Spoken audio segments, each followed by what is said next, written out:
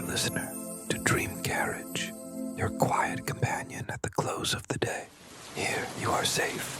Here you are invited to set down the weight of the hours behind you and to rest in words that move slowly, gently, like a train gliding through the night. I'm honored to be your guide this evening. Thank you for choosing to spend this time with the Dream Carriage, for allowing yourself this nightly ritual of calm.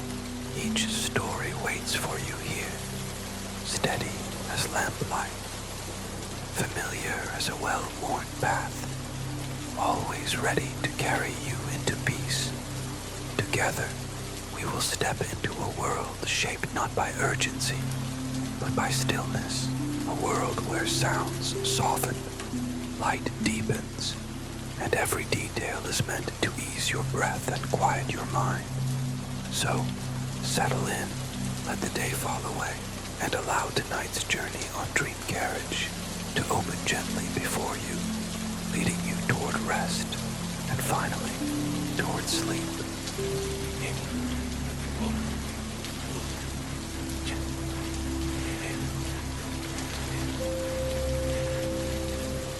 Patterns of sunlight dance on the floorboards and on the surface of the coffee table. The light bounces off the television on the wall opposite and pulls across the surface of the white painted windowsill. It's on the windowsill that we find the Pocket family enjoying the warmth of a patch of sunlight. They're looking out through the living room window, watching as the humans they live with hike up the car. Miss Granger is in her mid-30s, while her daughter turned 7 only yesterday. She had her birthday party right here in the living room. The Pockets saw the whole thing play out from this very spot on the sun-soaked windowsill. They were hidden from sight, watching from behind a bright yellow birthday card with a 7 on the front. The room was decorated with balloons and streamers, and the coffee table was covered with cake and sweet treats. The Pockets are sure to find a jackpot of goodies. The crumbs beneath the coffee table will likely feed them for a month. Today, they awoke already excited, wondering what they might find on their next supply run. Their delight was compounded when they saw the Grangers packing, preparing to go away for the whole weekend. The Grangers are a wonderful family. They're kind and softly spoken, their footsteps light and gentle. They're the best kind of humans that the Pockets could ever hope for. But still, it's rather marvelous to have the house to themselves. There will be no hiding for the entire weekend. They can go throughout the house exactly as they please, and they can drive up and down in their glossy pink car, which is currently parked in front of the dollhouse. Here, on the windowsill, a plan is formed to celebrate their freedom with a day of fun. Each of them can choose an activity they'd like to do, and the whole family will do it together. Matilda says she wants to play football, while Joe wants to watch a film. Pa's only requirement is a slice of birthday cake, though a few other nibbles surely wouldn't go amiss. Ma takes the longest to think of what she wants, eventually deciding on a swim. This, she is certain, will be a hit with everyone, especially Hercules, the adventure-loving sausage dog. By the time they hear the front door close, the family have planned out the order of events. Football, swimming, then dinner, and a film. It's the perfect day for the whole family. After watching the Granger's car drive away from the house, The pockets begin their journey to the edge of the windowsill. Hercules yawns, waking from a nap. He stretches out his limbs and joins the family. The pockets have come equipped with their outdoor kit. They have walking poles, backpacks, and ropes made for climbing. The walking poles are made from repurposed toothpicks, while the climbing ropes are string with picture hooks at the end. Hercules shuffles at Pa's side, sunlight flickering across his chestnut coat. At the edge of the sill, Pa lifts the dog gently and slides him into a pet carrier that he wears on his front. Pa strokes Hercules' head. He's such a good boy, and an amusing sight, strapped in like a baby. The dog's eyes are wide, bright, and alive. He has an open-mouthed grin with his tongue hanging out. First on the agenda is to return to the dollhouse, which is located across the living room, behind the sofa. To a human, it's maybe 6 strides away, but to the pin-sized pockets, it's considerably further. Par goes first, climbing rope in hand. He throws it like a lasso towards the door. It catches around the end of the oaken door's handle, just a short distance away from the windowsill. Having checked that the rope is firm and secure, Hal steps off the edge and swings through the air. To Hercules' delight, they swing back and forth, eventually slowing down by the side of the door. Hal lowers himself carefully, sliding down the rope and onto the glossy mahogany floorboards. Hercules is set down to walk freely beside his master, and they're soon joined by the rest of the Pocket family.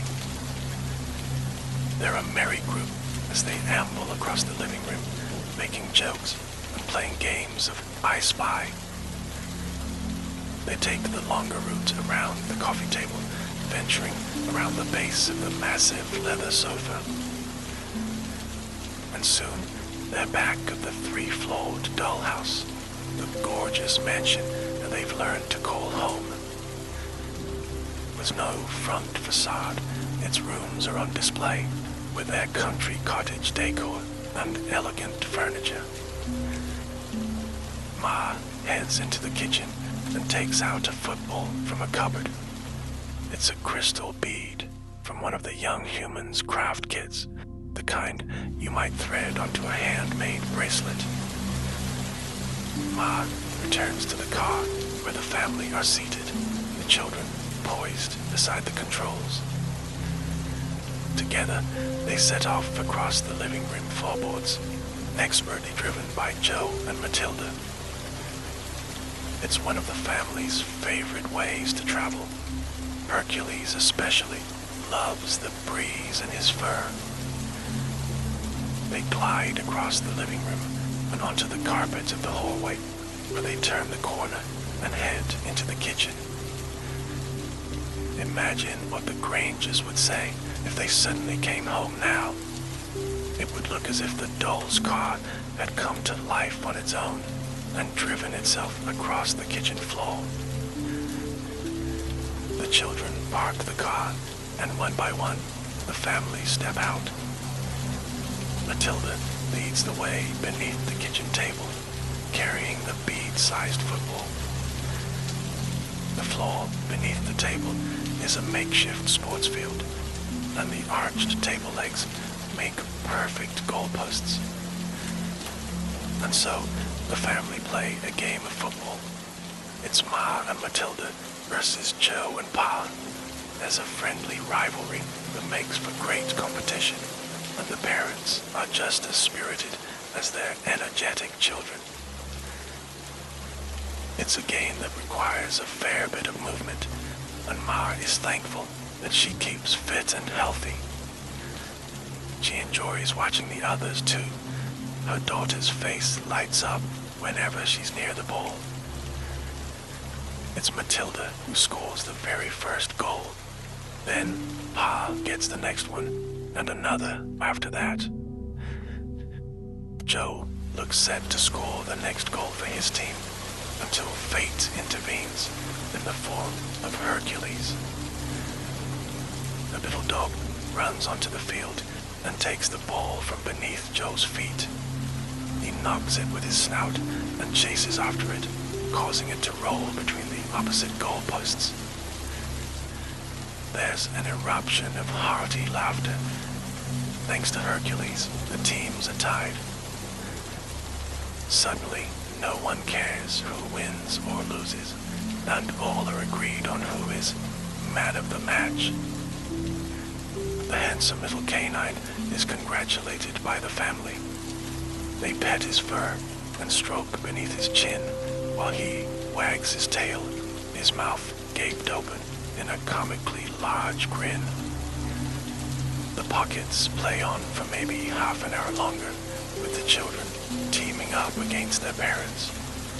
Hercules continues to interrupt where he can, much to the family's amusement. When everyone is agreed that it's time to move on, they return to their backpacks which they left in the car and gather their things. Hercules goes into Pa's front carrier in preparation for the journey onto the kitchen counters. The family walk across the beige kitchen floor, which is bathed in sunlight from the window. It's as if they're wandering through some tropical paradise. The floor is smooth and golden as the sand of a coastline. Ha is first to scale the cabinets, all with the aid of his trusty climbing ropes. After just a few minutes, he reaches the top and pulls himself up onto the marble countertops. From the edge of the counter, he can see the kitchen sink and the draining board beside it, glistening like silver. Once all of the family are on the countertop, they walk in the direction of the sink. On the way, they pass massive storage jars labeled coffee, tea, and sugar. Pa sniffs of the air, relishing the aromatic scent of coffee. Hercules is allowed to walk on the countertop, where he sniffs excitedly at everything he passes. He soon becomes distracted by a patch of moving sunlight and begins to chase it across the counter. He pursues the sunspot onto the silver draining board, where it disappears, much to his confusion. A sink to a human is an average kitchen sink with hot and cold taps positioned above the basin.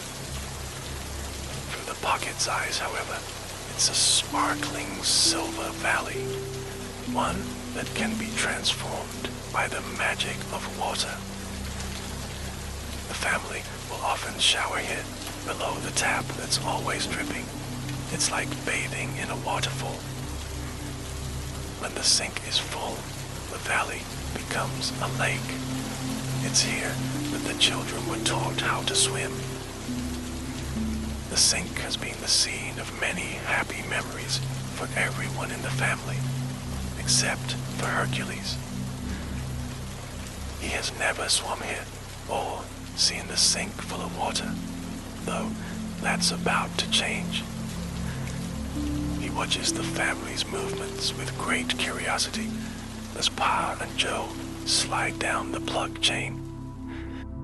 When they reach the basin, they push in the plug before returning to the top, climbing back up the chain. Ma and Matilda lasso their climbing ropes, using them to turn the hot and cold taps. They release a stream of lovely warm water, and inch by inch, the basin fills up. Once the taps are turned off, the family gather on the draining board to admire the results of their work. The water is as clear as crystal and as still as glass. The family set down their backpacks and equipment, and they unzipped their bags, removing towels and swimwear. Then they take it in turns to change behind the privacy of a plastic sink caddy. The children are the first ones in the water, running and jumping from the edge of the sink. Ma and Pa giggle at their children, though Pa can't resist jumping in after them. Ma prefers to slide in slowly, delighting in the sensation of warmth rising through her body. Her face beams brightly when she's bobbing in the water.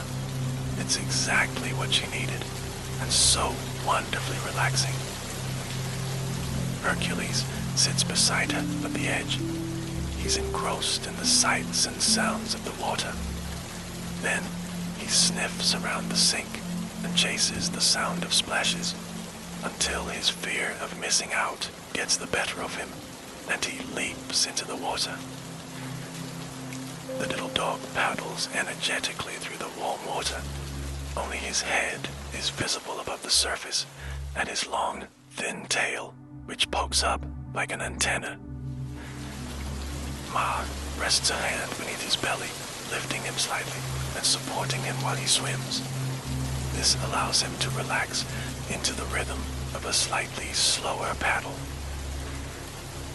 Joe and Matilda come to play with Hercules, enchanted by the sight of their pet in the water. Meanwhile, Ma and Pa swim laps around the pool. With the humans away, there's an extra sense of freedom.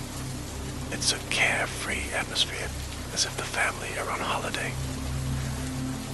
The water sparkles like a sea reflecting sunlight and laps against the sink edge like waves against the shore.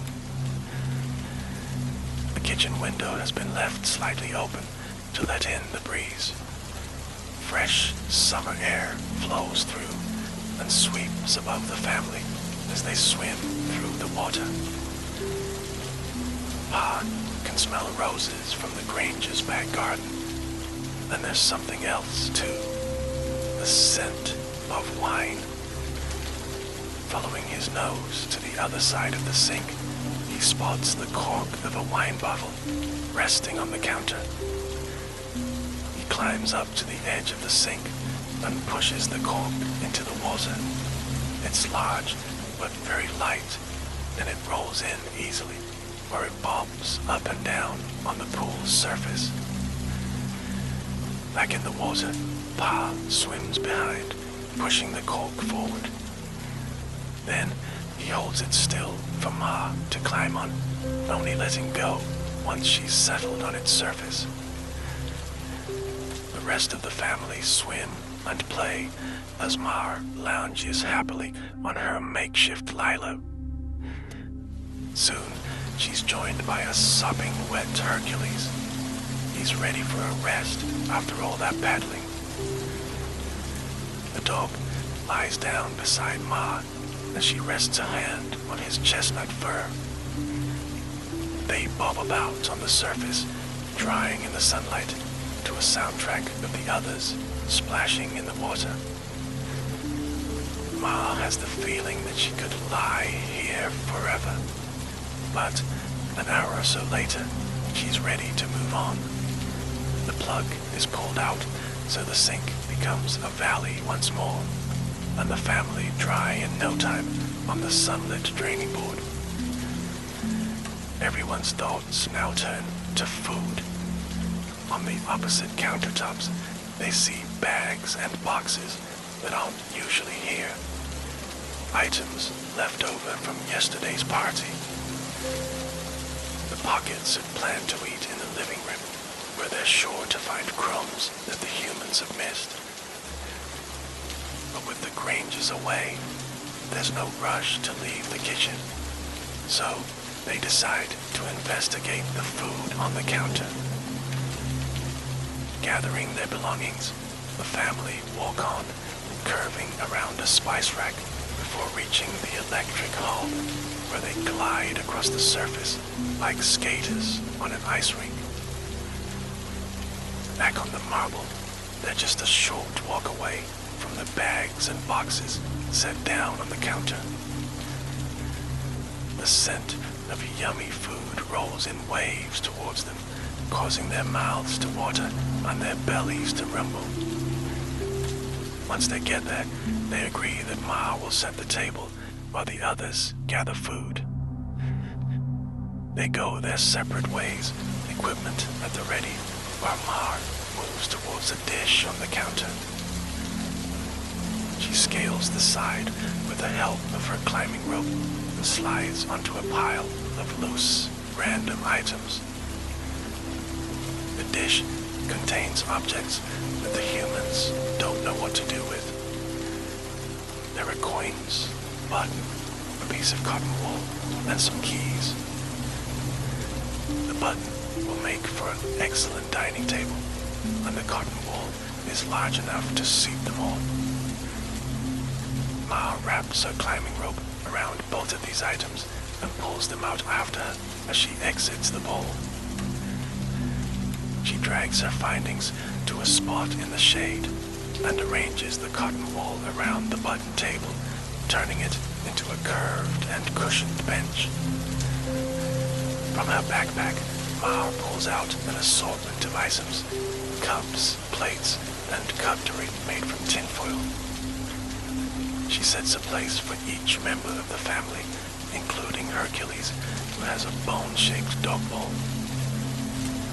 Meanwhile, the rest of the family go back and forth, carrying crumbs over to the table. Barely specks to the humans, they're things that won't be missed. But to the pockets, they're a feast. After several trips, the table is full and home to a buffet of delicious morsels. There's pizza, quiche, crisps, and sausage roll. Then there are brownies, donuts, and best of all, birthday cake. It's truly a feast of epic proportions, the kind of meal that they won't soon forget. The atmosphere is lively, like a birthday party for the family. Hercules' tail never seems to stop wagging. The family chat merrily about their day in between bites of food. They reminisce over moments from this morning's game of football and the sight of Hercules swimming in the sink. Hercules, it seems, is very fond of sausage roll, and Joe wonders aloud if that's where the sausage dog gets his name. This leads to a debate about all the other foods the dog eats, and why, with that logic, he might be a croissant dog or pepperoni. Pa is most excited about the prospect of cake. Birthday cake is his absolute favorite, and it doesn't disappoint, with its layers of jam and cream and the thick white icing that coats the sponge. Once the plates are empty, the family sit for a while. They savor the moment and each other's company. Hercules comes to join them on the cotton wool bench and curls into a ball beside Pa. The dog is sleepy after all that food, and he soon nods off. The family leave him napping as they clear up, preparing to move on now that their food has settled. They fill their backpacks with leftover crumbs, knowing that they'll be dining like royalty for the rest of the month. Everything else is tidied back into place, the cotton wool seat being the last thing to go. Hercules is gently woken from his post-dinner nap, and the cotton wool is returned to the dish on the counter.